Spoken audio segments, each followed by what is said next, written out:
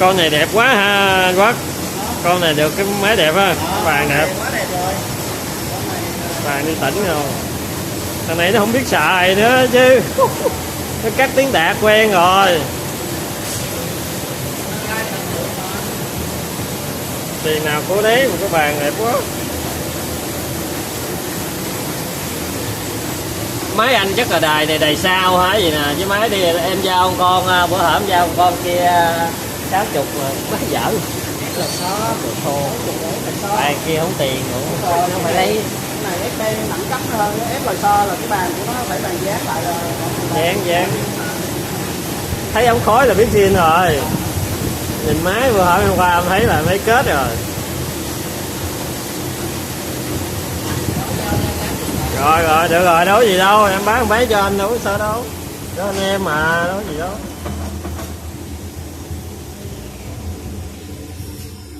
uống cà phê, anh kêu ly cà phê uống nha. Đó, được rồi, em đi giờ à. Được rồi. Mở.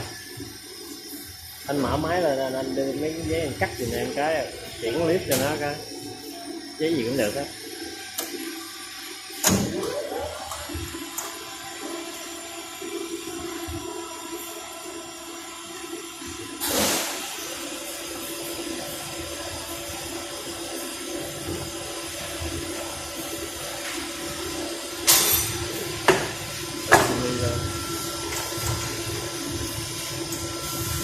Tài nhuyễn thôi, đừng tài ấy quá, tài nhuyễn thôi, tài lá thôi, đỡ hao giấy.